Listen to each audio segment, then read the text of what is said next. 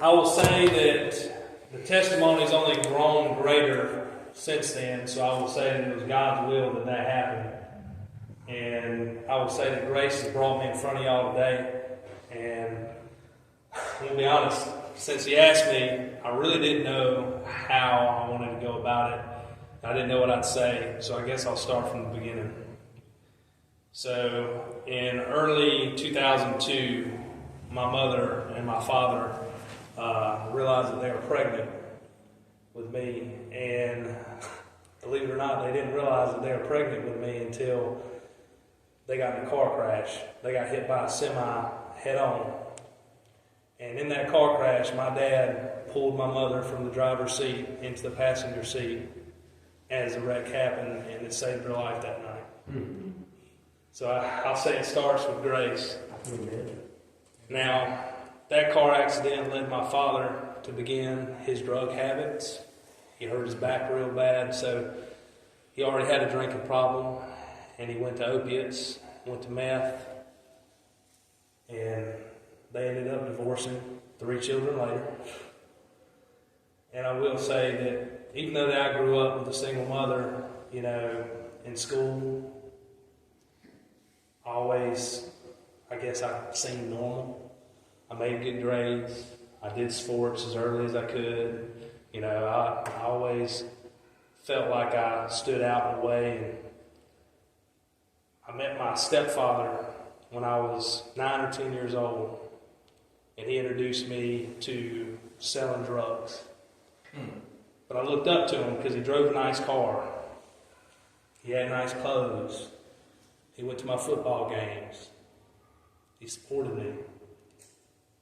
And it's sad to say, he's also the same person that molested me until I was 13. He's the same person that got me my first juvenile charge. I was delivering almost a pound of marijuana from school. And on my way home from school, I would make drop-offs for him. And he'd, take me out to lunch, take me out to eat, pay for nice clothes and nice shoes. And all through school, I never saw anything wrong with that. I never saw anything wrong with what we were doing, even after I got caught. So that led to me having to switch schools, and my stepdad taking a step away. And I felt like I caused that. So that being said, I was in a really dark place. I would never say that I got on the extreme end of doing drugs, but I started smoking pot, started drinking real young. We lived in Section 8. So I just happened to be in the right place or the wrong place at the right time. And I decided to get gang affiliated, because that's all the people that would hang around me, and everybody knew I was in that neighborhood, so I couldn't hang out with the same people that I grew up with, so I didn't have the same support group that I had from the start. So I just got worse. And selling drugs turned into my own hobby. Robbing, shootouts. But I won't stick on that. Fast forward to when I was 17, about to be 18 years old. I did something stupid. I'm glad I did, because now I am here today. Amen. Amen. I robbed an ex-friend of mine who killed his brother on fentanyl pills at gunpoint for the drugs that he had on him. And I definitely had the intention to kill him that night. And I did let one bullet fly past his head. Thank God I did. I believe God misdirected that bullet that night. I let off that bullet. I got back in the car, and I took off to the only place that I knew that I could go and lay low. That was in Charleston, South Carolina, around the wrong people, at the wrong time, in the wrong place. I was living off of Remount Road, known as one of the most dangerous streets in South Carolina. When I first got down there, I didn't know what I was going to do. I wanted to get back on track. I wanted to save money for a lawyer, but I did the exact opposite. I was like, everything was fine. After the first week passed by, I started getting involved in more stuff and digging myself deeper. And I got farther and farther and farther apart from God until I experienced things in Charleston. I will say the things that I experienced in Charleston gave me an awakening that no other experience could have gave me. And God knew that. So one of the people that we'd been hanging out for weeks and weeks and weeks, he had a new 1911 Colt 45 caliber pistol. My buddy Nate wanted. Nate's the one that invited me down there. He's the one that gave me a place to stay, gave me money when I got down there. He showed me a good time, told me everything was all right, hid me from the police. He wanted to rob and kill that boy for the gun that he was carrying. And I had something to think about because he wanted me to do it. So I sat and I thought, and I was like, should I do it? And there for a moment, I had a realization that led me to walk up the street in nothing but my clothes that I had on to the bus stop that was going to lead me back to Anderson, South Carolina. And one of the most interesting things, I couldn't believe it for myself, happened on that walk. The mother of the guy I was supposed to be killing and robbing that night picked me up and asked me if I needed a ride. I had no idea who she was. No idea. So she picked me up, offered me a ride. I told her where I was going. And as we're going toward the bus stop, I see the guy that I was supposed to be robbing get his two sisters that I didn't know he had off the bus. And she goes and says, "Oh, look at my young man." And I almost cried, but I didn't say anything. And I got on that bus knowing that he was going to die that night. And I went back to Anderson, South Carolina, and I walked almost 30, 40 miles on foot back to Ware Shoals, South Carolina to see my dad for the last time before I got locked up and went to prison. And the day that I was going to prison, or the day that I got caught, I was going to get a pack of cigarettes from the gas station. I was staying in the meth house right at the street. And a police officer caught me. He recognized me. He asked my name, and I almost thought to run. I almost thought to try to fight him. But something in my heart just said, it's time to go. Mm-hmm. So at that point, I surrendered myself to him, and I knew in my head that I was going to do a lot of time. And I knew I deserved it. So I spent a year and 6 months in county jail. No bond. I finally got offered a blessing. I got offered a 6-year YOA on every single charge, and he ran it consecutively. And the judge looked me in my face in front of my lawyer and said, "If you ever sit back in front of me again, you'll never see the light of day." Mm-hmm.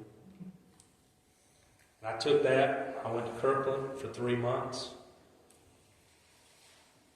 And one thing I realized, I was surrounded with a lot of people just like me. People that were smart. Just average people. Not the people that you see in the books or hear on TV, not the, crazy wackos that you always think end up in prison. I spent my 9 months on Turbeville Correctional Institution. I told myself in that cell, more helpless than I'd ever been in my life, I will do something positive with this time that God has given me of self-reflection. I got involved with ministry. I was the first YOA to ever be allowed to be involved in ministry on an adult yard. I helped over 30 people get their GED while I was in prison. Mm-hmm.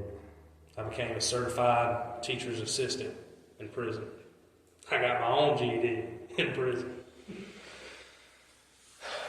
And I remember I wasn't certain as it got close to when I was going to parole out. I wasn't certain where I was going to go. So I told He was the upstate parole board officer member, whatever he was, and he was like, you still haven't decided where you're going to parole out to.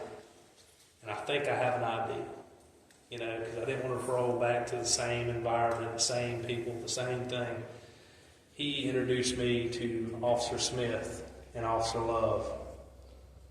And I can't remember what I was thinking in the moment when I met them, but they were some of the goofiest people, coolest people I'd ever met.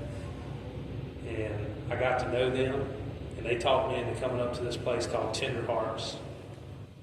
And it took me a while to talk myself into it, because I was like, man, I can't go to a homeless shelter. I can't restart my life. I have so many other options. But I was like, you know what? I want to restart. I want to start fresh, and I want to do something. I want to do something good.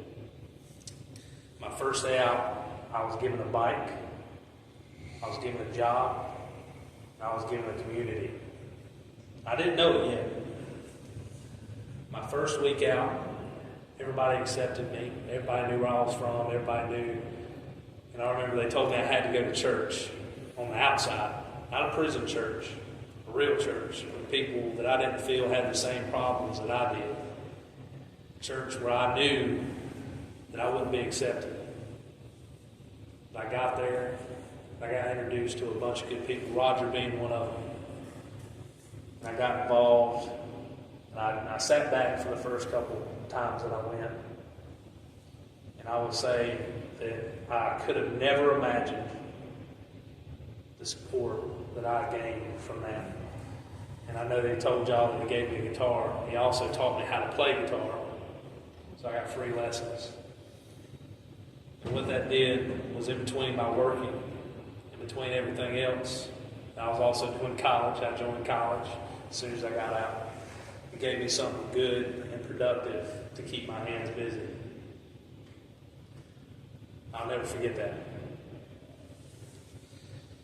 And one thing after another, blessing after blessing, I could tell I was following God because I bought a car. It was a 1999 Honda Accord.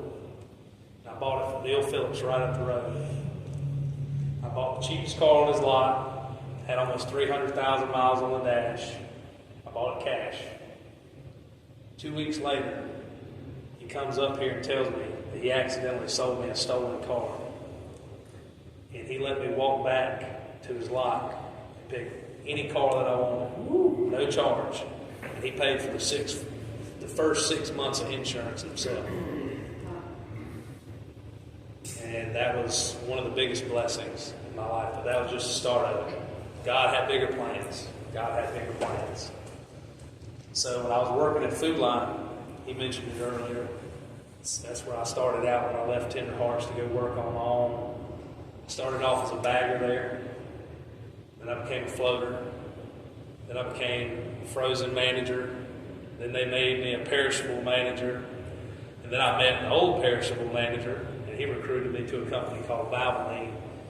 And I will tell you, I could have never imagined in my life the things that Valvoline was going to do for me and the things that God put me in the path to do.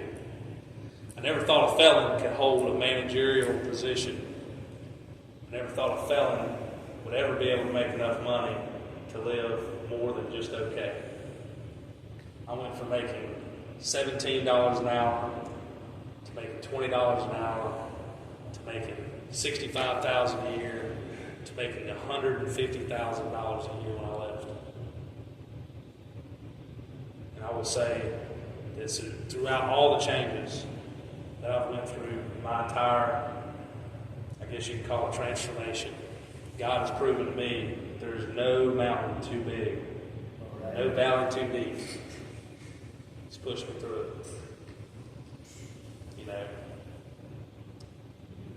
I almost forgot to mention my lovely wife. I met right here in York, South Carolina. I never thought anybody, I never thought I'd marry somebody, especially as young as I did, with my kind of record.